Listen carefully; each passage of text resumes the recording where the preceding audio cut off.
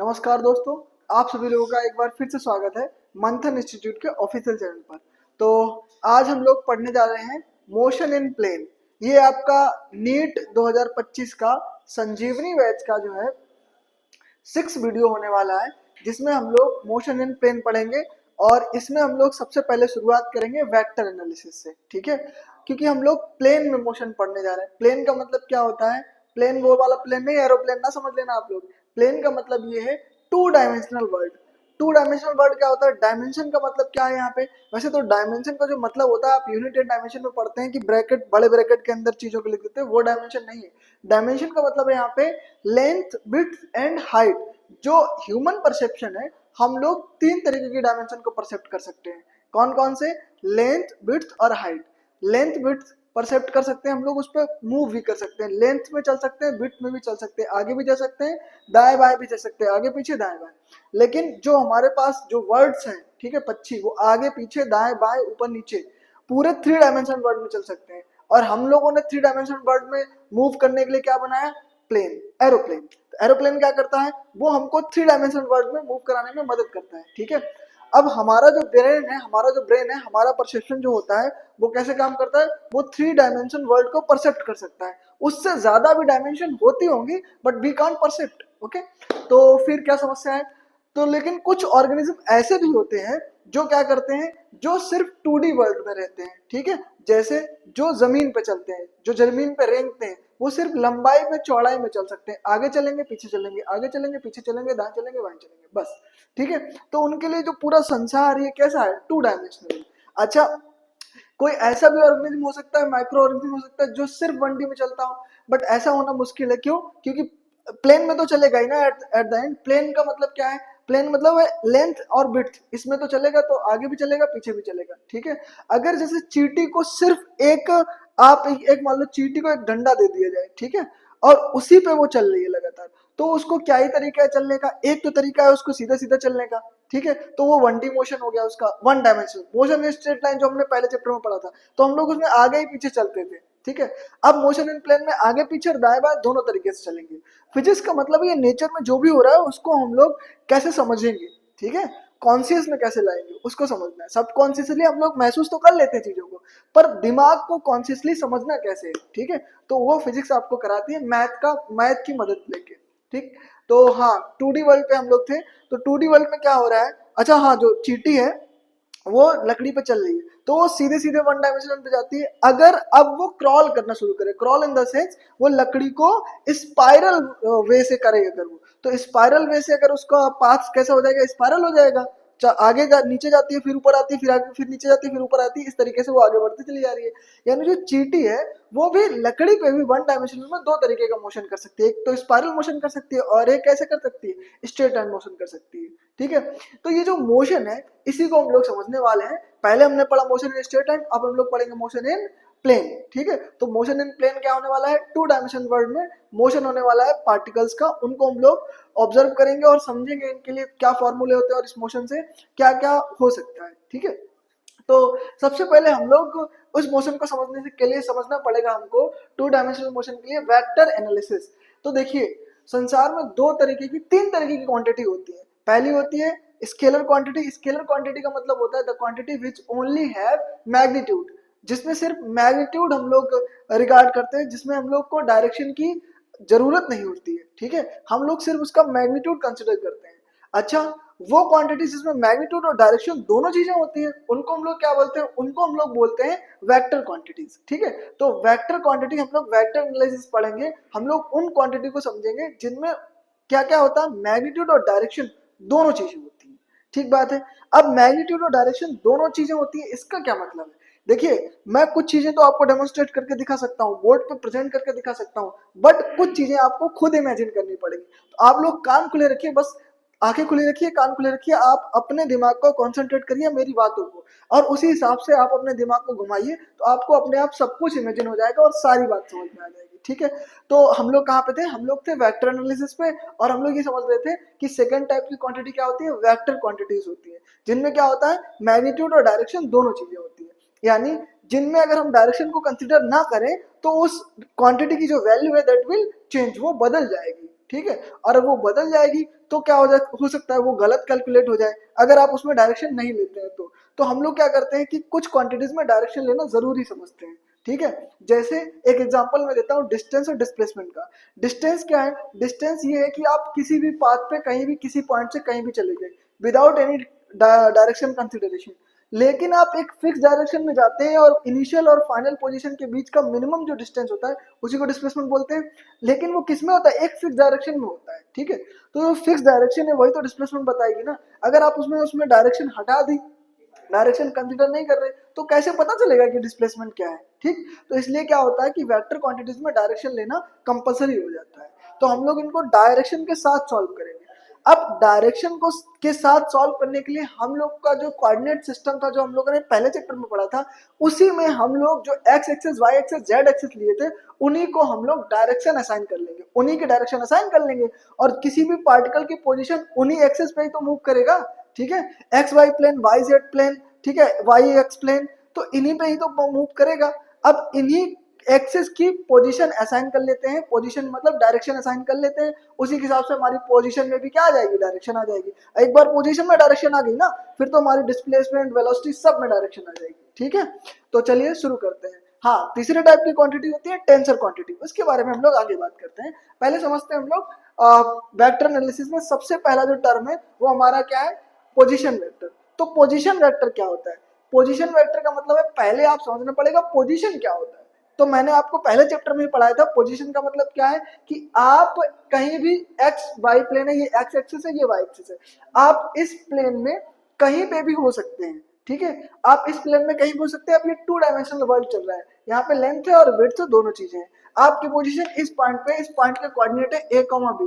What is it means? It means that you go from point O two point A with a distance, small distance, ठीक। अब आपने इस direction में distance cover की ना, तो हमने क्या किया? हमने एक्स एक्सिस की डायरेक्शन को असाइन कर लिया किससे? आई कैप से, ठीक। तो हम लोग क्या करेंगे कि एक्स एक्सिस में जब भी चलेंगे तो उसके जितने भी कोऑर्डिनेट होंगे सब में आई कैप लगा देंगे, क्योंकि वो उसकी डायरेक्शन है। अगर तुम माइनस एक्स एक्सिस में चले गए तो माइनस एक्सिस में चले जाओ, उसमें भी आई कैप रहेगा, ठीक। ऐसे ही वाई एक्सिस में जाएंगे तो क्या हो जाएगा? जे कैप हो जाएगा। माइनस में वाई में गए तो क्या हो जाएगा? माइनस जे कैप हो जाएगा। इसी तरीके से अगर आप z एक्सिस में गए जो कि इधर सामने होगा आपके, तो उसके डायरेक्शन क्या असाइन करेंगे? k कैप असाइन करेंगे। तो इनके डायरेक्शन असाइनेशन हो गए, ठीक। आई कैप, जे कैप और जेड एक्सिस का k कैप हो गया, ठीक है। हमने डायरेक्शन असाइन कर ली। अब हम जब भी मूव करेंगे तो हम आई कैप, जे कैप, k कैप लगा देंगे। अब इस पॉइंट पे पहुंचने के लिए हम लोग एक्स एक्सिस पे कितना चले? a चले, तो a में हमने लगा दिया आई कैप। तो ये जो मैग्नीट्यूड के साथ डायरेक्शन आ गई ना, तो अब ये क्या बन गया? वेक्टर बन गया। तो इस OA वेक्टर को हम लोग बोल सकते हैं OA वेक्टर। ये OA जो वेक्टर है मैं यहाँ लिख देता हूँ, ये OA वेक्टर क्या बनेगा? यहाँ लिख देते हैं OA वेक्टर। इसकी वैल्यू क्या है? A आई कैप, यही तो है। चलिए ठीक है भैया। अब आगे समझते हैं AB वेक्टर। ये AB वेक्टर क्या है? AB वेक्टर क्या है? तो ये AB वेक्टर चले हैं जो हम लोग y एक्सिस पे जितना चले वही तो है AB वेक्टर। y एक्सिस पे कितना चले? B। डायरेक्शन क्या है? j cap. ये इसकी डायरेक्शन होगी, ठीक। तो OA और AB वेक्टर की ये हमारे पास क्वांटिटीज आ गई। अब एक बात समझिए, आपके पास ये दोनों आ गए।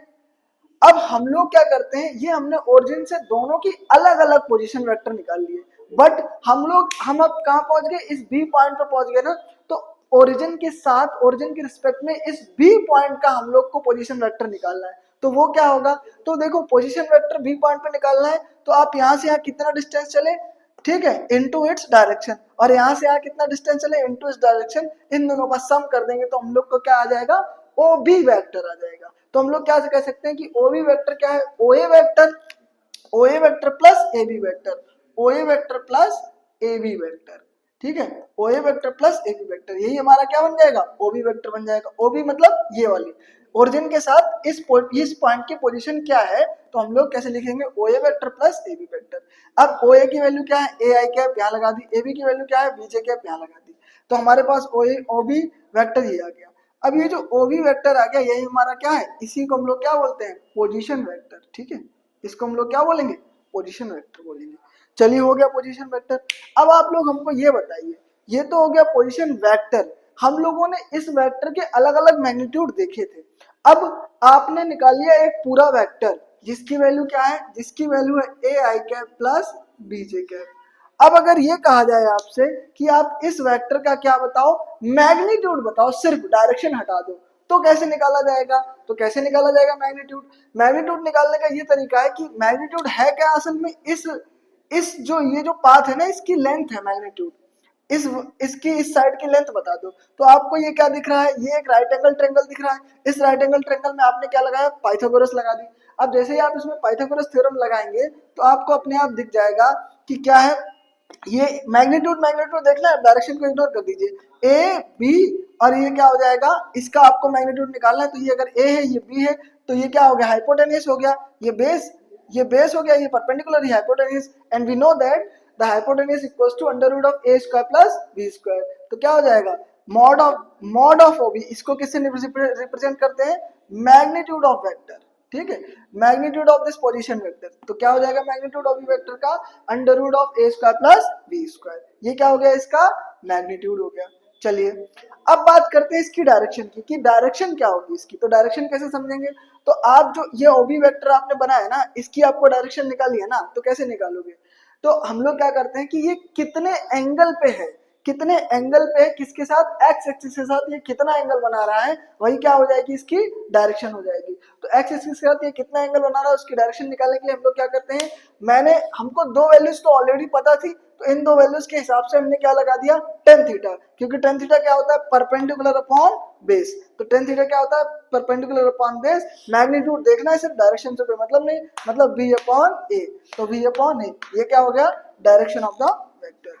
तो हम लोग को डायरेक्शन पता चल गई और उसका मैग्नीट्यूड पता चल गया और पोजीशन वेक्टर पता चल गया। तो ये तीनों बातें हम लोग को पता चल गई। अब जो इसका नेक्स्ट टॉपिक है वो है कंपोनेंट ऑफ वेक्टर। ठीक है, तो इतनी बात आप लोग नोट कर लीजिए। ठीक है, फिर हम लोग इस पे बढ़ते हैं कंपोनेंट ऑफ वेक्टर पे। तो देखते हैं इसको क्या कहते हैं, कंपोनेंट ऑफ वेक्टर। चलिए इसको समझते हैं, कंपोनेंट ऑफ वेक्टर क्या कहते हैं, कैसे होता है, इसको जरा समझ लेते हैं। तो किसी भी वेक्टर के दो कंपोनेंट होते हैं। ठीक है, क्योंकि मोशन इन प्ले, वैसे तो कंपोनेंट तीन होते हैं वेक्टर को, जब हम लोग डायरेक्शन कोसाइन पढ़ेंगे तो हम लोग देखेंगे कि जेड एक्सेस में भी होता है। फिलहाल हम लोग दो कंपोनेंट पढ़ते हैं, कौन कौन से होते हैं, एक होता है एक्स कंपोनेंट और एक होता है वाई कंपोनेंट। सिंपली इसका मतलब क्या हुआ, इसका मतलब हुआ, आपको देख के ही समझ आ रहा होगा कि एक्स एक्सिस पर जितना चले वो एक्स कंपोनेंट, वाई एक्सिस में जितना चले वो वाई कंपोनेंट। क्योंकि यहाँ पे फिगर बना हुआ है, सामने दिख रहा है, तो हम लोग पता कर सकते हैं कि हाँ ठीक है, हो गया। लेकिन जब आपको वेक्टर दे देगा तब हम लोग कंपोनेंट कैसे निकालेंगे, तो उसके लिए एक तरीका, एक फॉर्मूला बना लेते हैं। तो देखिए, जो हमारा ट्रायंगल था ओ ए बी, ये राइट एंगल ट्रायंगल है। इस ट्रायंगल में मैंने लगाया कॉस थीटा। कॉस थीटा क्या होता है, कॉस थीटा होता है बेस अपॉन हाइपोटेन्यूस, यानी ओ ए अपॉन ओ बी, ओ ए अपॉन ओ बी हो गया। अब देखिए, जो ओ ए है, इसी यही तो चले ना हम लोग एक्स एक्सिस पे, एक्स एक्सिस के चले के डिस्टेंस ओ ए ही तो है। तो ये कितनी होगी, तो हमको यही बेस ही तो निकालना है, यही तो एक्स कंपोनेंट होगा। तो ओ ए जो है यही तो एक्स कंपोनेंट है, यही तो है एक्स कंपोनेंट।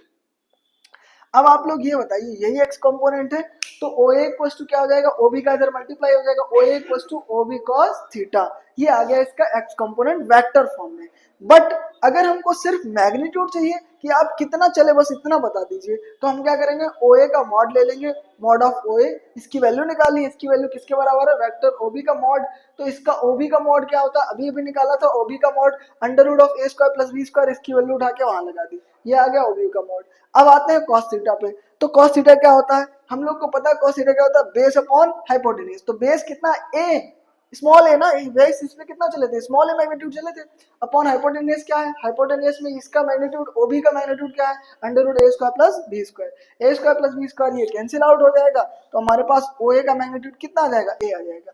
सिंपली हम लोग कह सकते थे भाई ओ ए क्या है, इतना कैलकुलेट करने की जरूरत क्या है, कोई जरूरत नहीं है, बस मैं आपको डेमोन्स्ट्रेट करके दिखा रहा हूँ। ठीक है, तो क्या है, आप जितना चले थे एक्स एक्सिस पे वही ओ ए है।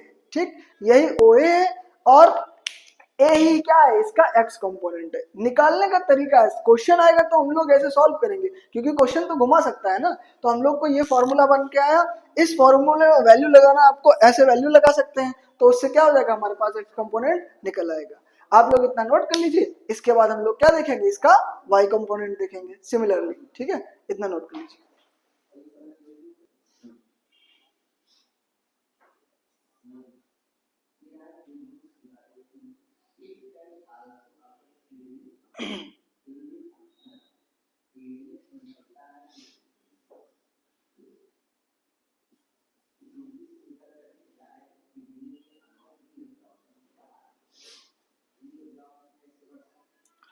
तो चलिए अब हम लोग समझते हैं वाई कंपोनेंट। वाई कंपोनेंट क्या होता है? देखिए, ये फिगर हमारे पास था, इसमें हम लोगों ने निकाला था ये पॉइंट ए था और ये पॉइंट बी था। हम लोगों को पता था कि ओ ए वेक्टर की वैल्यू क्या है, ए आई कैप, और ओ बी वेक्टर की वैल्यू क्या है, ओ बी नहीं ए बी, पहले ए बी लिख लेते हैं। ए बी वेक्टर की वैल्यू क्या थी, बी जे कैप। और इसी तरीके से बताइए ओ बी वेक्टर की वैल्यू क्या थी, ये थी a I cap plus B J cap. ये तीनों वैल्यूज थी, ठीक है। इनके मैग्नीट्यूड आप लिख ही लेंगे, वो मैं लिख के दिखा दूंगा। हम लोगों को क्या चाहिए, वाई कंपोनेंट। वाई कंपोनेंट का मतलब है कि वाई एक्सिस में जितना चले वही वाई कंपोनेंट होगा। तो हम लोग देख के ही बता सकते हैं कि बी है वाई कंपोनेंट, आंसर हो गया। लेकिन अगर आपके पास क्वेश्चन होगा तो सॉल्व कैसे करेंगे, उसका मेथड समझ लेते हैं। तो चलिए उसका मेथड समझते हैं। तो वाई कंपोनेंट निकालने के लिए मैंने क्या लगाया, इस ट्रायंगल में लगाया साइन थीटा, ठीक है। कौन से ट्रायंगल में, मैं लिख देता हूँ, ट्रायंगल है हमारे पास ओ A B, O A B, ठीक है। तो साइन थीटा इक्वल टू क्या होता है, साइन थीटा होता है परपेंडिकुलर अपॉन हाइपोटेनियस, ठीक है। तो परपेंडिकुलर अपॉन हाइपोटेनियस, तो परपेंडिकुलर क्या है, ओ परपेंडिकुलर है ए बी, तो A B vector upon hypotenuse क्या है, ओ बी वैक्टर। हो गया भैया। अब हमको क्या चाहिए, ये परपेंडिकुलर चाहिए ना ए बी वेक्टर, तो क्या हो जाएगा, A B vector equal to O B sine theta. देखिए ये चीजें भले आपको पढ़ाते समय समझते समय बहुत इजी लग रही हो, बट यही इजी क्वेश्चन ही देता है नहीं, बस घुमा देगा थोड़ा सा। तो इजी इजी पढ़ लीजिए, फिर तो टफ तो समझ में ही आ जाएगा। जब आपका बेसिक ठीक होगा तो टफ तो अपने आप समझ में आ जाएगा, ठीक है। तो ये अभी देखिए मैं क्वेश्चन कराऊंगा ना, तो आप देखिए कैसे इन इजी चीजों का इस्तेमाल करके हम लोग कितने टफ क्वेश्चन कर ले रहे हैं, ठीक है। तो ये क्या हो जाएगा, A B vector equal to O B sine theta. अब देखिए ये जो ए बी वैक्टर है ये हो गया ओ बी साइन थीटा, ये तो एक अलग फॉर्मूला हो गया वेक्टर फॉर्म में। अब अगर मैं कहूँ कि इसके मैग्नीट्यूड फॉर्म में फॉर्मूला बता दीजिए तो उसको भी कर लेते हैं। तो आप बताइए ए बी वैक्टर की वैल्यू क्या है, ए बी वैक्टर यही तो है बी जे कैप, यही तो हमको निकालना ही है ए बी वैक्टर फिलहाल। तो अभी तो रहने देते हैं, इसकी वैल्यू तो निकालनी है, तो वेक्टर की नहीं मॉड की वैल्यू निकालनी है। तो देखना बी निकल के आएगी, निकाल लेते हैं। तो ओ बी वेक्टर क्या हो जाएगा, ओ बी वेक्टर क्या था, ओ बी वेक्टर ए आई cap plus B J cap था। अब इसका तुमको क्या निकालना है, मॉड ऑफ ओ बी निकालना है। तो मॉड का तरीका निकालने का क्या होता है, एक्स कंपोनेंट का स्क्वायर प्लस वाई कंपोनेंट का स्क्वायर, क्योंकि ये बेस होता है, ये क्या होता है परपेंडिकुलर हाइपोटेन्यूज, तो ये होता है निकालना हाइपोटेन्यूज, तो क्या आ जाएगा ए स्क्वायर प्लस बी स्क्वायर। तो आप एक बात और समझ लीजिए, अगर आपको ऐसे दिया जाए कोई वेक्टर ए आई cap plus B J cap plus c k cap, तो क्या करेंगे, इसके जो आई कैप जे कैप और के कैप के जो कोफिशिएंट है ना ए बी सी, इन्हीं का क्या करना है, स्क्वायर करके अंडर रूट कर देना है। तो हमारे पास क्या निकल के आता है, मैग्नीट्यूड निकल के आ जाता है। हम लोग डायरेक्शन क्वेश्चन पढ़ेंगे ना तो इस बात को भी पढ़ लेंगे कि तीनों में कैसे निकालते हैं हम लोग उसका मैग्नीट्यूड, ठीक है। तो यहाँ से ओबी वेक्टर की मॉड ऑफ ओबी की वैल्यू क्या आ जाएगी, ए स्क्वायर प्लस बी स्क्वायर। तो यहाँ पे जब ए बी का मॉड लिखने जाओगे तो क्या लिखोगे, mod of A b into sine theta OB. तो मॉड ऑफ ए बी क्या आ जाएगा, ओबी की वैल्यू क्या है, मॉड ऑफ ओबी की value under root a square plus B square, under root a square plus B square, ठीक है भैया, इनटू। अब आते हैं साइन थीटा पे। तो साइन थीटा क्या होता है, साइन थीटा होता है हमारा परपेंडिकुलर अपॉन हाइपोटेन्यूज। तो परपेंडिकुलर क्या है, ए बी ही तो है परपेंडिकुलर, ठीक है। तो परपेंडिकुलर ए बी में कितना चले थे, बी, डायरेक्शन नहीं लेनी है, केवल मैग्नीट्यूड लेना है, बी तो चले थे, अपॉन हाइपोटेन्यूज, हाइपोटेन्यूज फिर से क्या आ जाएगा, ओ बी आ जाएगा, और उसका भी मैग्नीट्यूड लेना है तो ए स्क्वायर प्लस बी स्क्वायर। अब हमको पता है ये कैंसिल हो जाएगा, तो हमारे पास मॉड ऑफ ए बी क्या आ जाएगा, मॉड ऑफ ए बी आ जाएगा बी, ठीक। आप कहेंगे सर ये क्यों आप बार बार सॉल्व करा रहे हैं, देखो आपको बार बार करने से क्या समझ में आ जाएगा कि क्वेश्चन कैसे लगेगा, इस तरीके से, ठीक। तो ये आ गया हमारे पास y कंपोनेंट, ये आ गया x कंपोनेंट, इस तरीके से इसका सॉल्यूशन होगा। आप लोग इसको नोट कर लीजिए, ये प्रोसेस समझ में आएगा तो क्वेश्चन भी आराम से समझ में आ जाएगा। इसको नोट कर लीजिए, फिर हम लोग नेक्स्ट टॉपिक पे पढ़ते हैं।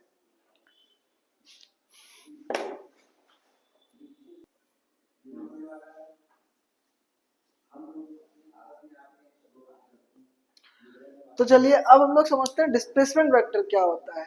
डिस्प्लेसमेंट वेक्टर क्या होता है, फिर से हम लोग अपना एक्स वाई प्लेन बनाते हैं, और हम लोग को पता है एक्स की डायरेक्शन क्या होती है आई कैप, और वाई की डायरेक्शन क्या होती है जे कैप, ठीक है भैया। अब हम लोग ये समझते हैं कि डिस्प्लेसमेंट वेक्टर क्या होता है। तो हम लोग की जो ओरिजिन की पोजीशन होती है वो तो हमको पता है 0,0 होती है। अब डिस्प्लेसमेंट करने के लिए आपको दो पोजीशन चाहिए होगी, तो दो पोजीशन अगर होंगी तो दो पोजीशन वेक्टर भी होंगे, तो दो पोजीशन वेक्टर डिसाइड कर लेते हैं। एक हम लोग पोजीशन बना लेते हैं यहाँ पे, ये पॉइंट है हमारा ए, ठीक, तो ये एक वेक्टर हो गया आपका ओ ए वेक्टर, ये पॉइंट तो ओ होता है। इसके बाद मान लेते हैं एक पॉइंट है यहाँ पे बी, और ये आपका ये पॉइंट ये वेक्टर हो गया आपका position vector O B vector. मैं लिख देता हूँ, एक आपके पास क्या है, एक है ओ ए वेक्टर, ठीक है, और एक क्या होगा आपके पास ओ बी वेक्टर, दो पोजीशन वेक्टर हो गए आपके पास। अब हम लोग को क्या करना है, इन दोनों पोजीशन वेक्टर से क्या निकालना है, डिस्प्लेसमेंट निकालना है। तो आपकी पोजीशन इनिशियल पोजीशन यहाँ पे थी, फाइनल यहाँ पे हो गई, यहाँ से यहाँ तक का जो डिस्प्लेसमेंट वेक्टर है वो क्या बनेगा, वो बनेगा हमारे पास ए बी वेक्टर। ये डिस्प्लेसमेंट वेक्टर निकालना है, तो कैसे निकालेंगे इसका, देखो हम लोग कोऑर्डिनेट मेथड समझते हैं, अपने आप फॉर्मूला बन के आ जाएगा, ठीक है। तो देखो पहले कोऑर्डिनेट असाइन कर लेते हैं, जैसे मान लेते हैं इसके कोऑर्डिनेट है ए कामा बी, इसके कोऑर्डिनेट है सी कामा डी, ठीक है। इसका मतलब क्या है, इसका मतलब ये है कि इसका एक्स कंपोनेंट जो होगा वो क्या होगा ए आई कैप, इसका जो वाई कंपोनेंट होगा वो क्या होगा वी जे कैप, ठीक, कंपोनेंट तो बी होगा, जे कैप इसकी डायरेक्शन होगी। इसी तरीके से आप बताइए, अगर हम गए सी बी पॉइंट पे, तो बी पॉइंट पे एक्स एक्सिस पे कितना चलेगा हम लोग, तो एक्स एक्सिस पे हम लोग चले कितना सी चले, ठीक है, सी आई कैप। इसी तरीके से अगर कहें कि वाई एक्सिस पे कितना चले, तो वाई एक्सिस पे चले हम लोग डी जे कैप, इतना ही तो चले, ठीक है, हम लोग को ये पता चल गई सबके कोसाइन, ये डायरेक्शन पता चल गई। अब इनके मैग्नीट्यूड पता ही है, इनका पोजीशन वेक्टर लिखते हैं सिर्फ इनका, तो बताइए जिनकी पोजीशन है पहले उनका पोजीशन वेक्टर लिखते हैं, तो ओ ए वेक्टर क्या हो जाएगा बताइए आप लोग, ओ ए वेक्टर क्या होने वाला है, ओ ए वेक्टर क्या हो जाएगा a I cap plus B J cap, जो भी कोऑर्डिनेट होते हैं उन्हीं को हम लोग ऐड करके लिख देते हैं, a I cap plus B J cap, ये क्या हो गया हमारे पास ओ ए वेक्टर हो गया। अब आते हैं किस पे, ओ बी वेक्टर पे, तो ओ बी वेक्टर क्या होने वाला है, तो ओ बी वेक्टर क्या हो जाएगा, देखना जितना हम लोग एक्स एक्सिस पे चले सी चले ना, तो सी डायरेक्ट लिख दो, सी आई कैप प्लस डी जे कैप, ये क्या होगा हमारे पास पोजीशन वेक्टर हो गए ओ ए और ए बी, ठीक है। अब ये दोनों अगर हमारे पास पोजीशन वेक्टर हो गए, हम लोगों को क्या चाहिए, हम लोग को चाहिए डिस्प्लेसमेंट वेक्टर, डिस्प्लेसमेंट वेक्टर क्या है ए बी वेक्टर, हम लोग को क्या चाहिए ए बी वेक्टर। अब आप बताइए डिस्प्लेसमेंट होता क्या है, डिस्प्लेसमेंट होता है final position minus initial position, ये होता है, ठीक है।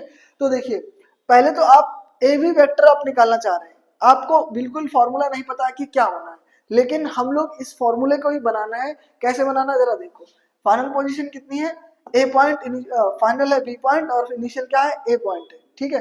अब देखो अगर मैं कहूं कि अगर आपको ये डिस्टेंस बता दी जाए कि आप ए से बी तक पहुंचने में एक्स एक्सिस में कितना चले, ठीक है, क्योंकि ये वेक्टर कैसे बनता है X component plus Y component, X component में आई कैप लगा देते हैं, वाई कंपोनेंट में जे कैप लगा देते हैं, ठीक है। तो हम लोग को अगर ये पता चल जाए कि हम एक्स कंपोनेंट में कितना चले ए से बी तक पहुंचने में, तो हम लोग का एक्स कंपोनेंट आ जाएगा अपने आप और वाई कंपोनेंट आ जाएगा, दोनों को ऐड करके लिख देंगे, हमारा क्या बन जाएगा डिस्प्लेसमेंट वेक्टर बन जाएगा।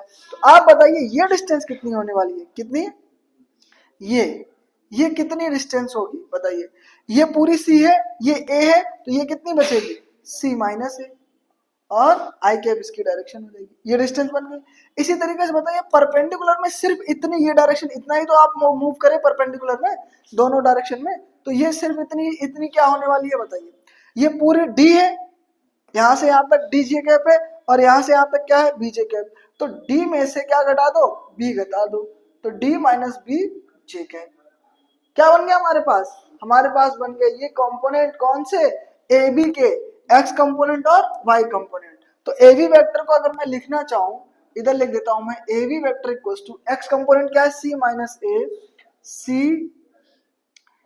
सी माइनस ए आई कैप प्लस क्या लिखने जा रहा है D minus B J cap, ठीक है, ये बन गया हमारे पास। अब देखिए एक बात, a B vector equals to i का अंदर मल्टीप्लाई करो तो क्या हो जाएगा सी आई कैप माइनस ए आई कैप प्लस बी, इसका मल्टीप्लाई करो डी जे cap minus B J cap. क्या कुछ दिखा आपको, नहीं दिखा, अभी दिखेगा।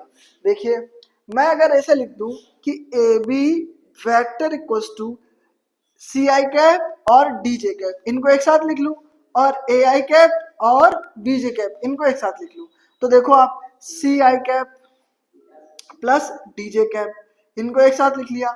अब इन दोनों में माइनस लगा है तो माइनस को कॉमन ले लिया मैंने, ये प्लस का हो जाएगा ए आई कैप, ये भी प्लस का हो जाएगा प्लस का बीजे कैप। अब दिखा कुछ? अभी भी नहीं दिखा, अब दिखेगा। देखिए जरा कि ए बी वेक्टर की वैल्यू क्या हो जाएगी, सी आई प्लस डीजे कैप क्या था, ओ ए वेक्टर था, नहीं ओ बी वेक्टर था। ओ बी वेक्टर क्या है, सी आई प्लस डीजे कैप। तो हमारे पास ओ बी वेक्टर क्या है, सी आई कैप प्लस डीजे कैप, बन गया ओबी वेक्टर। माइनस क्या आया, ए आई कैप प्लस बीजे कैप, ये क्या है हमारा ओ ए वेक्टर, तो यहाँ पे क्या लग जाएगा ओ ए वेक्टर। क्या बात समझ में आई? तो ये क्या दिख रहा है आपको, डिस्प्लेसमेंट वेक्टर। कैसे दिखा, final position minus initial position. कैसे फाइनल पोजीशन, फाइनल का पोजीशन वेक्टर ओबी वेक्टर ही तो था, इनिशियल पोजीशन का ओए वेक्टर तो था। तो हम लोग एबी वेक्टर को कैसे लिख सकते हैं कि ओबी वेक्टर माइनस ओए वेक्टर, यही क्या हो जाएगा हमारा डिस्प्लेसमेंट वेक्टर। ठीक है, कैसे सॉल्व किया एक बार और देख लीजिए, ठीक है, तो आपको और बेहतर समझ में आ जाएगा। मैंने क्या किया, मैंने पहले क्या किया, दो पोजीशन बना ली, दोनों के कोऑर्डिनेट बना लिए और दोनों के पोजीशन वेक्टर लिख लिए। पोजीशन वेक्टर कैसे लिखते हैं, x component i cap plus Y component j cap लिख देते हैं। इसके कोऑर्डिनेट ए कॉमा बी थे, a I cap plus B J cap बन गया। इसके कंपोनेंट सी कॉमा डी थे, सी आई कैप प्लस डी जे कैप बन गया। अब हमने क्या किया कि इस पोजीशन, इस पॉइंट को यहां से यहां मूव होने में कितना एक्स एक्सिस में चला और कितना वाई एक्सिस में चला, तो कैसे निकाल लिया मैंने, एक्स एक्सिस में कितना चला इतना ही तो मूव किया ना, तो इतने डिस्टेंस की वैल्यू क्या हो जाएगी, टोटल डिस्टेंस सी है यहाँ से यहाँ तक और इतना ए है, तो सी में से अगर ए हटा देंगे तो इतना ही तो बचेगा, तो क्या आ जाएगा सी माइनस, कहाँ गया ए बी वेक्टर हम लिख रहे हैं, इसका कंपोनेंट क्या बन गया एक्स कंपोनेंट, सी माइनस ए आई कैप बन गया एक्स कंपोनेंट। वाई कंपोनेंट और पता चल जाए ए बी वेक्टर बन जाएगा।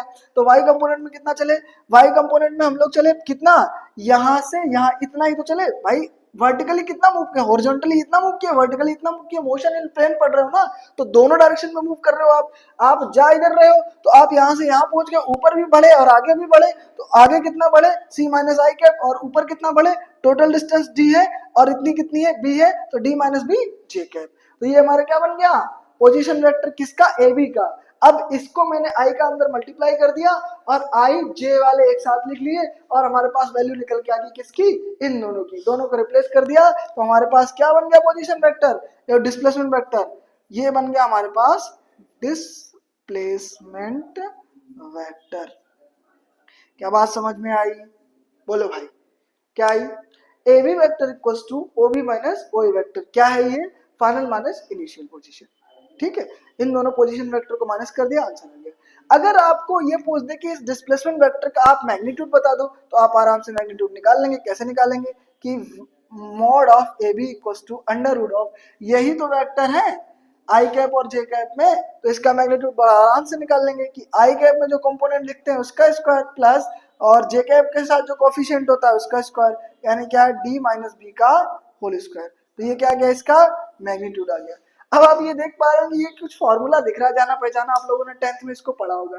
क्या ये फॉर्मूला, ये फॉर्मूला है डिस्टेंस बिटवीन टू पॉइंट्स। ठीक है, distance between two points coordinate में, तो इन दोनों पॉइंट्स के बीच का डिस्टेंस ही तो है ए बी, तो उसी का तो मॉड निकाल ले आप, तो क्या हो जाएगा सी माइनस ए का whole square D minus B का होल स्क्वायर, बन गया आपका डिस्टेंस बिटवीन टू पॉइंट्स का फॉर्मूला। तो आप इस तरीके से डिस्प्लेसमेंट वेक्टर को निकाल सकते हैं। ठीक है, इतना आप लोग नोट कर लीजिए, फिर हम लोग आगे बढ़ते हैं।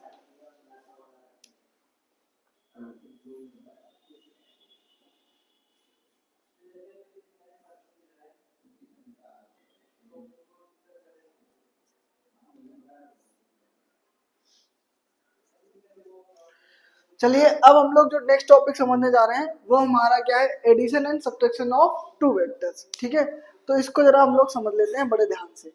एडिशन और सब्ट्रैक्शन हम लोग वेक्टर्स का समझने जा रहे हैं, तो हम लोगों को समझने के लिए इसके लिए दो लॉ आते हैं। कौन कौन से लॉ आते हैं, पहला जो हमारा लॉ होता है उसको वो लोग बोलते हैं हम लोग ट्रायंगल लॉ। ठीक है, तो ये ट्रायंगल लॉ क्या होता है, ट्रायंगल लॉ ऑफ एडिशन। ठीक है, ट्रायंगल लॉ ऑफ एडिशन क्या होता है, जैसे हमारे पास दो वेक्टर्स हैं, अगर इन दोनों वेक्टर्स को हम लोग को जोड़ना है, ऐड करना है, तो कैसे करेंगे, इसको जरा हम लोग समझ लेते हैं। तो कैसे ऐड करेंगे, तो आपको वेक्टर को पहले हम लोग कुछ नाम दे देते हैं। जैसे ये वेक्टर का जो डॉट वाला पॉइंट है इसको हम लोग बोलते हैं टेल। ठीक है, इसको हम लोग बोलते हैं टेल और इसको बोलते हैं हेड। ठीक, इसको बोलते हैं हम लोग टेल और इसको बोलते हैं हेड। ओके, तो ये क्या हो गया हमारे पास, हेड टेल हो गया। अब एक बात हमको बताइए आप, अगर दो वेक्टर्स को जोड़ना है, अगर ऐड करना है आपको उनको, तो क्या करना पड़ता है, उनको दो बार हेड से टेल तक जोड़ना है। दो बार कैसे, दो बार कैसे, आ जाओ देखते हैं। सबसे पहले मैंने क्या किया, देखो ये उल्टे सीधे डायरेक्शन में थे, पहले इनको क्या किया हमने, हमको हेड को टेल से जोड़ना है। मैं इसको इमेजिन करिए जैसे मैं कर रहा हूँ, आयरन मैन देखिए ना आपने, तो इसको मैंने उठाया और इसको यहां रख दिया, without its changing direction, without changing its direction, बिना इसकी डायरेक्शन बदले हुए मैंने क्या किया, इसको यहां से उठाया और यहां रख दिया। तो आप इमेजिन करेंगे कि इसकी जो टेल है वो इसके हेड पे आ गई है और ये इस तरीके से बन गया हमारा ए वेक्टर। तो बी वेक्टर यहाँ है, ए वेक्टर यहाँ आ गया कि नहीं भैया, बोलो। अब क्या करना है, एक बार आपने इसके टेल को हेड से जोड़ दिया, एक बार और करिए, मैंने कहा दो बार। तो कहां से, इसके टेल से इसके हेड को मिलाना, ये अभी इसका हेड बन चुका है, ठीक है। अब इसके टेल से इसको हेड को मिला दो। अब ये जो वेक्टर आएगा, ये वेक्टर आपका क्या आएगा, ये वेक्टर आएगा रिजल्टेंट वेक्टर किसका, ए वेक्टर प्लस बी वेक्टर।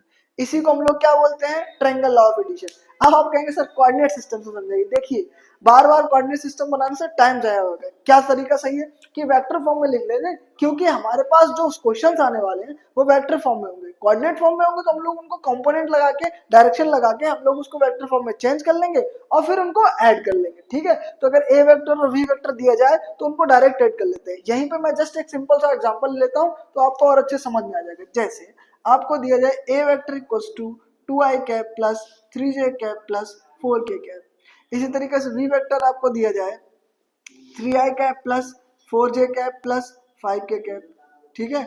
और वो पूछ दे कि आप हमको ये बताइए ए वेक्टर प्लस वी वेक्टर, बता देते हैं ए वेक्टर वी वेक्टर, कोई दिक्कत नहीं। दोनों को ऐड कर देना, कैसे ऐड करना है, आई ऐड हो जाएगा और जे ऐड हो जाएगा और के ऐड हो जाएगा, जिस डायरेक्शन में जो वेक्टर होता है उसी में ऐड होता है। तो 3 और 2 5i कैप प्लस 3 और 4 7j कैप प्लस 4 और 5 9k कैप, ये क्या हो गया हमारा ए प्लस बी वेक्टर हो गया, खत्म सवाल। अगर ऐसा दिया जाए तो, लेकिन अगर वो तुमसे ये कह दे कि कैसे ऐड होता है, तो एक वेक्टर के दूसरे वेक्टर के हेड से हमको रखना पड़ता है, तब वो ऐड होता है, ठीक। तो ये हो गया हमारा क्या, triangle law of addition. Example के साथ इसकी फिगर को नोट कर लीजिए, फिर हम लोग इसका दूसरा मेथड पढ़ेंगे, क्या, analytical method parallelogram law of addition, ठीक है। उसका एनालिटिकल मेथड पढ़ेंगे कैसे ऐड होता है, इसको आप नोट कर लीजिए। चलिए अब हम लोग समझते हैं क्या, पैरेललोग्राम लॉ ऑफ एडिशन, इसको कैसे समझते हैं देखो जरा। तो ये रहा हमारा क्या, ए वेक्टर और ये रहा हमारा क्या, बी वेक्टर, ठीक। अब हम क्या करेंगे, इसका एक पैरेललोग्राम बनाएंगे। देखो विदाउट चेंजिंग इट डायरेक्शन, मैंने क्या किया, इस ए को इस बी के साथ ऐड किया था। अब की बार मैं क्या कर रहा हूँ, बी को ऐसा ना लेके ऐसा भी ले सकता हूँ, कोई दिक्कत नहीं, बट सॉल्व करने में थोड़ी प्रॉब्लम हो जाएगी, अच्छा नहीं लगता है देखने में यार। तो ऐसा करते हैं, बी को ऐसा ले लेते हैं, ठीक है। ये रहा हमारे पास बी वेक्टर। अब चलिए बनाते हैं पैरेललोग्राम। अब की बार मैंने क्या किया, देखो पैरेललोग्राम में हम लोग हेड से हेड को नहीं मिलाते हैं, ठीक है। तो क्या करते हैं, एज इट इज बस उसको उठा के उसके टेल से टेल को जोड़ देते हैं। तो हमने इसको उठाया, बस यहाँ पे रख दिया, तो ये आ गया हमारे पास बी वेक्टर, ठीक है। अब हम लोग क्या करने वाले हैं, छोटा बना देते हैं इसको, थोड़ा छोटा कर देते हैं। अब हम लोग क्या करने वाले हैं, पैरेलल लाइंस खींच लेते हैं, किसके पैरेलल, ए के पैरेलल, यहाँ पे इसके हेड पे। तो इसके हेड पे आपने ए के पैरेलल लाइन खींच दी, क्या जरूरत है हमको डिजिटल बोर्ड की, देखिए लाइन। इसके बाद बी वेक्टर हम लोग खींचेंगे, तो बी के पैरेलल लाइन खींच देते हैं, ये देखिए बी के पैरेलल हमने लाइन खींच दी, ठीक। जरूरत तो है बच्चा, लेकिन तुम लोगों की मदद से ही जरूरत पूरी होगी, ठीक है। सब्सक्राइब कर दीजिए चैनल को फटाफट से। तो ये क्या हो गया, ए वेक्टर हो गया, तो इसके पैरेलल हमने लाइन खींच दी। इसी तरीके से बी वेक्टर हो गया, तो इसके पैरेलल लाइन खींच दी। अब हम लोग को पता है कि ये क्या बन जाएगा, मैं नाम दे देता हूँ पहले, ये हो गया ए बी सी डी, ठीक है। तो ये बी वेक्टर हुआ, तो ये भी तो बी वेक्टर ही होगा, ये ए वेक्टर हुआ तो ये भी तो ए वेक्टर ही होगा, बोलो भाई, ठीक है।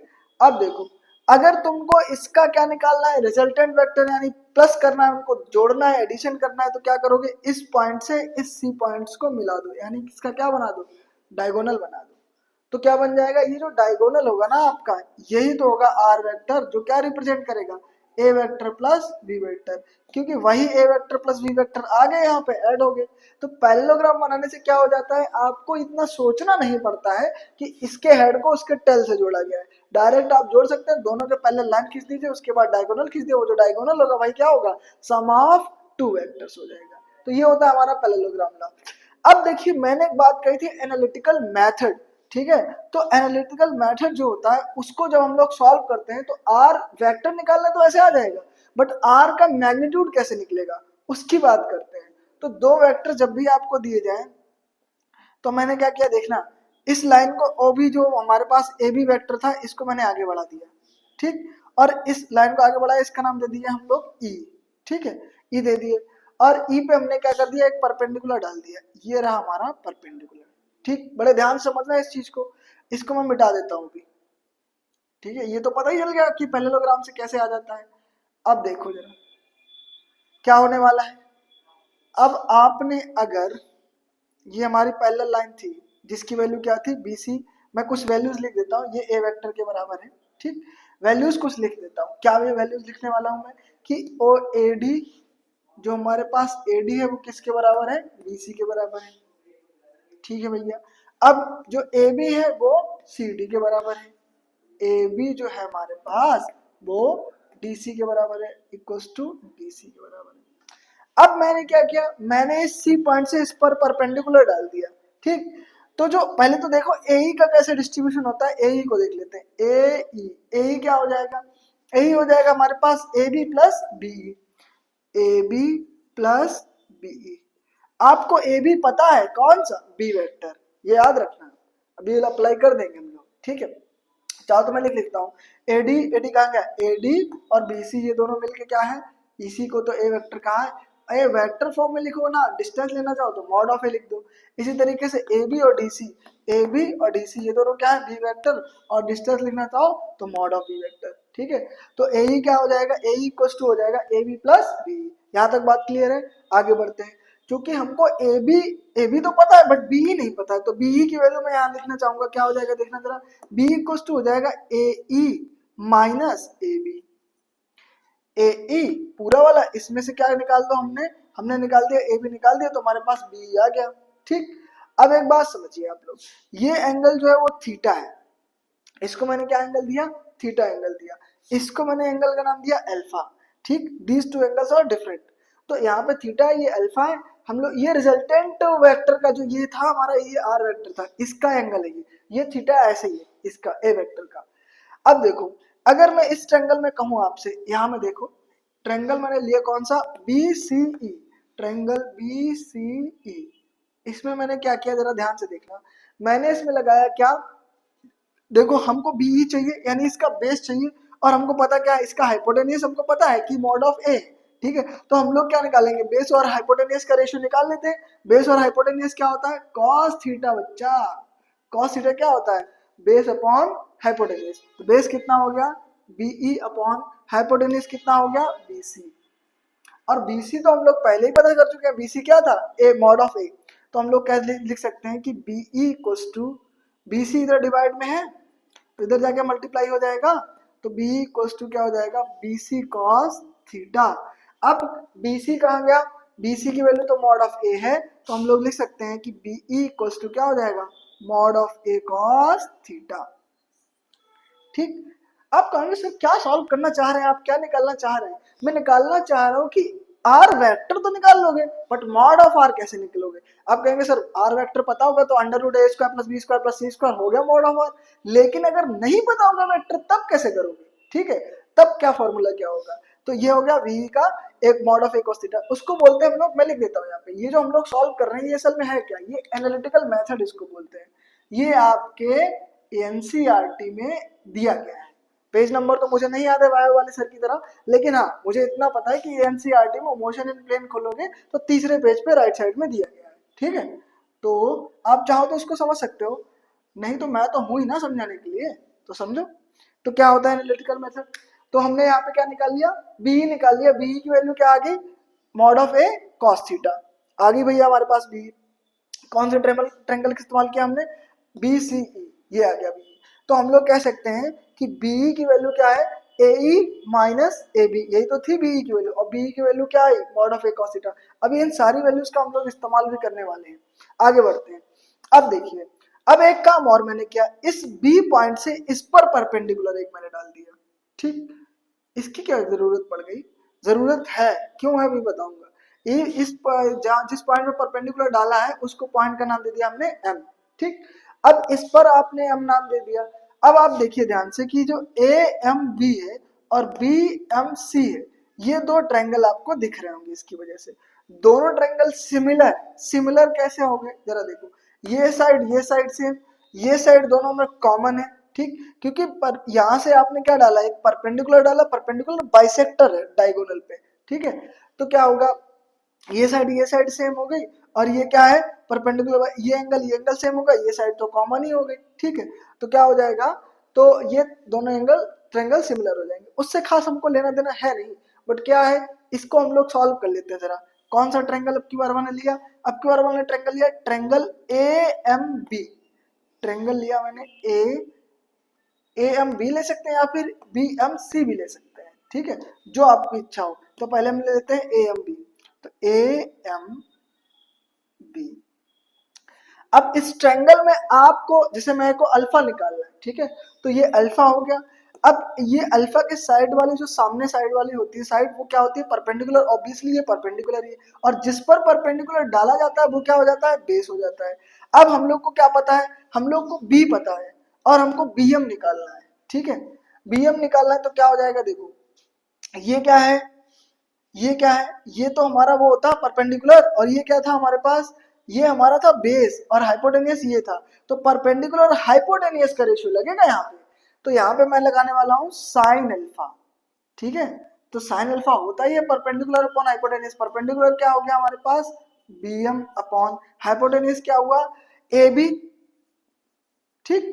तो आप बताइए BM क्या हो जाएगा, तो हमारे पास BM इक्वल टू हो जाएगा AB साइन अल्फा। अब AB क्या है, AB की वैल्यू क्या है मॉड ऑफ V, तो मैं डायरेक्ट क्या लिख दूंगा, AB की जगह mod of V sine alpha, ये क्या आ गया हमारे पास BM आ गया, ठीक। तो ये चीजें हमारे पास कुछ कुछ निकल के आ गई हैं, आप लोग इनको जरा समझ लीजिए। तो मैं कुछ वैल्यूज यहाँ से और कुछ वैल्यूज इस फिगर से उठा के यहाँ लगाने वाला हूँ। तो आप पहले B की वैल्यू देखिए, B की वैल्यू क्या है, B की वैल्यू है हमारे पास mod of A cos theta, ठीक है भैया, इक्वल्स टू AE की वैल्यू क्या है, कहाँ गया AE, दिख रहा है क्या हमको AE, ये पूरी वैल्यू ये नहीं पता हमको, AE equals to AE minus AB कितना है, AB है मॉड ऑफ B, AB कितना है मॉड ऑफ B, तो AE क्या हो जाएगा, मॉड ऑफ B प्लस हो जाएगा इधर आके, तो AE इक्वल्स टू हो जाएगा mod of B plus, mod of B इधर प्लस हो गया, mod of A cos theta, ये हमारे पास क्या हो गया AE हो गया, ठीक। जरूरत पड़ेगी इसको भी सॉल्व करेंगे। अब आ जाते हैं हम लोग आगे। अब आपको ये बड़ा वाला ट्रायंगल दिख रहा होगा, इसको हम लोग सॉल्व करना चाह रहे थे क्योंकि हमको रिजल्टेंट वेक्टर चाहिए ना, तो उसको सॉल्व करिए ना सर, आप इतना सब कुछ क्यों कर रहे हैं, क्योंकि आपको रिजल्टेंट वेक्टर चाहिए, आप उसको सॉल्व तो करेंगे, उसको सॉल्व करने के लिए कुछ वैल्यूज तो चाहिए होंगी, क्योंकि बड़े वाले ट्रायंगल में आपको ए ही चाहिए रहेगा, तो आपने ए निकाल लिया, बड़े वाले ट्रायंगल में सी ही चाहिए रहेगा, तो सी ही भी निकालना पड़ेगा, तो पहले सी ही भी निकाल ही लेते हैं फिर सॉल्व करते हैं बड़ा वाला ट्रायंगल, ठीक है। तो सी कैसे निकलेगा, सी निकालने के लिए मैंने क्या किया, मैं एक काम करता हूँ, इसी ट्रायंगल में सी निकालने के लिए क्या करते हैं, एक काम करते हैं बड़े वाले ट्रायंगल से ही मदद ले लेते हैं, क्या बड़े वाले ट्रायंगल से सी निकल आएगा, तो सी इक्वल्स टू क्या हो जाएगा बताओ, पहले डायरेक्ट लिखते हैं सी क्या हो जाएगा, अगर हम छोटे वाले ट्रायंगल को देखें किसको BEC को, तो इसमें ये क्या साइड है, ये साइड है परपेंडिकुलर और ये हाइपोटेनियस, तो मैंने डायरेक्ट क्या लगा दिया, इसी ट्रायंगल में मैंने लगा दिया साइन थीटा। साइन थीटा क्या होता है, साइन थीटा होता है परपेंडिकुलर अपॉन हाइपोटेनियस, मतलब क्या हो जाएगा सी अपॉन हाइपोटेनियस कितना है मॉड ऑफ ए, यानी सी इक्वल्स टू क्या हो जाएगा mod of a sine theta, बस आ गया हमारे पास ये साइड की वैल्यू। अब कोई दिक्कत नहीं, अब हम लोग बड़ा वाला ट्रायंगल ले लेते हैं, तो मैंने कहा अब मैंने जो ट्रायंगल लिया है वो ट्रायंगल का नाम है AEC, ट्रायंगल AEC, इसको सॉल्व करते हैं और हमारा रिजल्टेंट वेक्टर आ जाएगा, ये जो AC है यही तो रिजल्टेंट वेक्टर है, तो चलो इसको सॉल्व करते हैं। तो ये भी तो राइट एंगल ट्रायंगल ही है, तो क्या होगा, हम लोग को पता है कि जो हाइपोटेनियस होता है इसका स्क्वायर प्लस बेस का स्क्वायर, इसका स्क्वायर इक्वल्स टू बेस का स्क्वायर प्लस हाइपोटेनियस का स्क्वायर। यानी हम कह सकते हैं कि AC का स्क्वायर इक्वल्स टू AE का स्क्वायर प्लस BC का स्क्वायर, यानी AE का स्क्वायर प्लस BC का स्क्वायर। अब इस स्क्वायर को क्या कर देते हैं हम लोग, अंडर रूट में चेंज कर देते हैं, तो ये क्या हो जाएगा, AE का स्क्वायर प्लस BC का स्क्वायर। हो गया भैया। अब क्या वैल्यू लगानी है बस, तो AC इक्वल्स टू, क्या हम लोगों ने AE की वैल्यू निकाली है, बिल्कुल निकाली है boss. AE equals to mod of A mod of B, mod of B plus mod of A cos theta लगा देते हैं वहां पे। ये आ गया हमारे पास mod of B plus mod of A cos theta और इसका होल स्क्वायर, ठीक है, प्लस। अब आते हैं BC पे, BC की वैल्यू कहाँ गई, BC ढूंढो, BC ढूंढो, कहाँ गया BC, BC की वैल्यू है मॉड ऑफ A, तो BC की वैल्यू कितनी है, मॉड ऑफ A। क्या मैंने कुछ गलत किया है, एक बार देख लेते हैं। AC स्क्वायर इक्वल्स टू क्या हो जाएगा, AC क्या है, हाइपोटेनियस है, AC स्क्वायर ये हाइपोटेनियस दिस प्लस दिस, यानी क्या हो जाएगा AE और CE है, सॉरी AE कितना है, AE square plus CE square. वही मैं कहूँ कि सी निकाला, उसका यूज ही नहीं हो रहा है, तो गलती से मैंने क्या लिख दिया था वहां पे, BC लिख दिया था, ठीक है।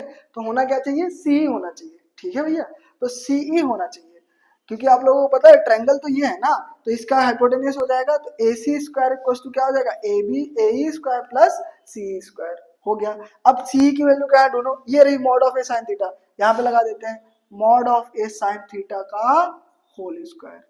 इसको हम लोग सॉल्व कर लेते हैं, हमारा आंसर आ जाएगा। जो AC है ना वही तो R mod of R vector है, इसी को तो हम लोग मॉड ऑफ R कह रहे हैं। तो चलिए इसको सॉल्व करते हैं। तो आपको दिख रहा होगा इसका होल स्क्वायर खोलना है, मॉड ऑफ B का स्क्वायर, तो B स्क्वायर, स्क्वायर करने पे मॉड हट जाता है, B square plus A square, cos theta का स्क्वायर करोगे तो cos square theta plus 2AB cos theta, ठीक है। इधर देखिए, इधर इसका स्क्वायर करेंगे क्या आ जाएगा, प्लस का A square sine square theta. अब आप लोगों को एक फॉर्मूला दिख रहा होगा यहाँ पे, क्या दिख रहा है कि A square cos square theta, A square sine square theta, दिखा। क्या हम लोग इन दोनों को वैल्यू को साथ में लिख सकते हैं, बिल्कुल लिख सकते हैं। तो mod of R equal to क्या आ जाएगा हमारे पास, अंडर रूट। अब आप देखना मैं कैसे लिख रहा हूँ, इसको मैंने लिख लिया आगे, A स्क्वायर दोनों में कॉमन आ गया, अंदर क्या बचेगा, sine square theta plus cos square theta, इतना ही तो बचा। अब क्या बचेगा भैया, अब बचेगा प्लस का B स्क्वायर और प्लस का 2AB cos थीटा। अब देखो sine square theta plus cos square theta क्या होता है, 1, लगा दो यहाँ पे 1। तो मॉड ऑफ R कितना हो गया, मॉड ऑफ R हो गया, ये तो 1 हो जाएगा मल्टीप्लाइड बाई A स्क्वायर, तो A स्क्वायर ही रहेगा, A square plus B square plus 2AB cos theta. आप लोग कह रहे हो सर इतना बड़ा डेरिवेशन क्या करेंगे इसका हम लोग, तो देखो इस डेरिवेशन का क्या करना है जरा इसको समझ लेते हैं। इस डेरिवेशन का बहुत ज्यादा इस्तेमाल है, वेक्टर के कुछ क्वेश्चन इतने ज्यादा डिफिकल्ट हैं, वैसे तो वो पूछे नहीं जाएंगे लेकिन फिर भी आप सवाल लगाएंगे, दिखने में बहुत छोटा लगेगा बट वो बहुत दिमाग लग जाएगा उसमें। तो आपको अगर डेरिवेशन का प्रोसेस आता है कि किस तरीके से साइड्स की वैल्यू निकाली गई, फिर उन वैल्यूज को किस तरीके से ट्रायंगल में रिप्लेस किया गया, तो बहुत आसान है, बहुत टफ नहीं है, ठीक है। मैंने बहुत डिटेल में समझाने के चक्कर में बहुत ओवर एक्सप्लेन किया है, इस वजह से इतना टाइम लग रहा है। आप लोगों को क्या करना है, इतना नोट करना है, फिर उसको एक बार लिखना है, फिर दोबारा आप उसको पढ़ेंगे तो अपने आप आपको रियलाइज हो जाएगा क्या है। कुल मिला के झगड़ा इस बड़े वाले ट्रायंगल का इस हाइपोटेन्यूज निकालने का था, तो इस हाइपोटेन्यूज निकालने के लिए आपको ये चाहिए रहेगा और ये चाहिए रहेगा, ये साइड चाहिए रहेगी, तो ये साइड में इतनी वैल्यू हमको पता है, इतनी और निकालनी है, तो बी निकालने के लिए हमने ये ट्रायंगल सॉल्व किया था, तो b equal to mod of a cos theta आ गया। अब सी निकालने के लिए क्या किया, तो सी निकालने के लिए हमने क्या कर दिया, इसी ट्रायंगल में साइन थीटा निकाल दिया, तो सी की value mod of a sine theta आ गई। अब इसके बाद हमको क्या निकालना था, बी आ गया, और ए ई पूरा निकालना था, तो a equal to mod of b mod of cos theta, और ये मॉड ऑफ साइन थीटा आ ही गया। अब इसमें ट्रायंगल में पाइथागोरस लगा दिया, सॉल्व हो गया, आर वेक्टर आ गया। फिर आप कहेंगे सर ये क्या आपने कैलकुलेट किया, ये साइन अल्फा, इसकी क्या जरूरत थी, बहुत जरूरत है। इसकी जरूरत इसलिए, किस लिए, कि हमको इसका एंगल डायरेक्शन भी तो निकालनी होती है, वेक्टर में दोनों चीजें होती है ना, डायरेक्शन भी होता है और मैग्नीट्यूड भी होता है। तो पहले आप लोग इतना नोट करेंगे, ठीक है, ये पूरा डेरिवेशन जहाँ पे मैंने मैग्नीट्यूड निकाला है, फिर हम लोग इसकी डायरेक्शन कैलकुलेट करेंगे, इतना आप लोग नोट कर लीजिए, फिर हम लोग डायरेक्शन लिखते हैं।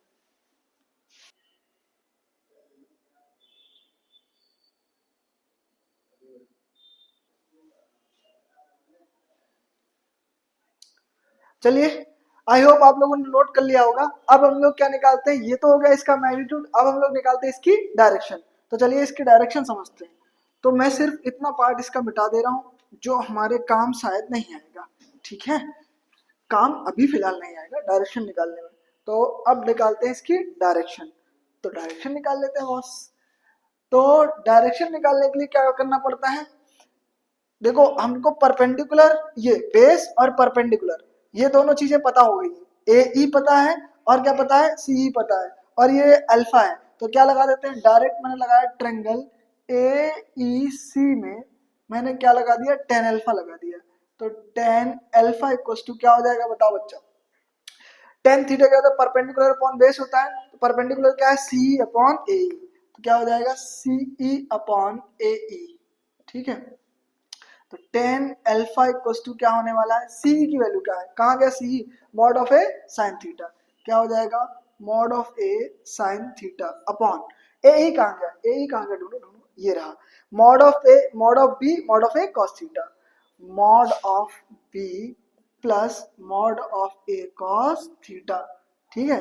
ये क्या आ गया हमारे पास, tan alpha, and this is called the direction, direction of resultant vector, ठीक है। ये क्या होगी इसकी डायरेक्शन। अभी मैंने मैग्नीट्यूड भी लिखा था, आप लोगों को याद है, भूल गए होंगे, कैसे, जरा देखो मैं लिख के दिखाता हूँ। मॉड ऑफ आर जो मैग्नीट्यूड था वो क्या था, under root of A square plus B square plus 2ab cos theta. तो आज आप लोगों को ये समझ में आ गया होगा, अगर आप लोगों को पहले से भी ये फॉर्मूला पता होगा तो आज आप लोगों को ये जरूर समझ में आएगा कि ये आता कहाँ से है, समझ गए। और ये भी ठीक, ये फॉर्मूला लोग याद ही नहीं करते हैं, लेकिन आप लोग जरूर याद कर लीजिए, मेरी रिक्वेस्ट है आपसे। आता कहाँ से मैंने आपको बता दिया, इसको बोलते हैं एनालिटिकल मेथड। यहीं से दोनों फॉर्मूले आते हैं जिससे मैग्नीट्यूड और डायरेक्शन दोनों निकाली जाती है, ठीक है। तो ये क्या हो गया हमारे पास, मैग्नीट्यूड ऑफ द वेक्टर, ठीक है। तो इतनी बात आप लोग फिर से नोट कर लीजिए, ये जो डायरेक्शन अभी मैंने निकाली है इस चीज को हम लोग नोट कर लेंगे, इसके बाद फिर हम लोग नेक्स्ट टॉपिक पे आगे बढ़ते हैं, ठीक है। इतना आप लोग नोट कर लीजिए।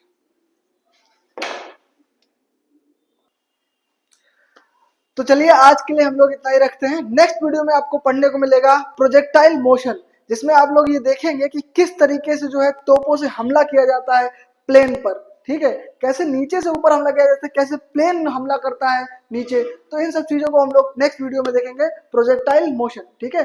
आज के लिए इतना ही, धन्यवाद।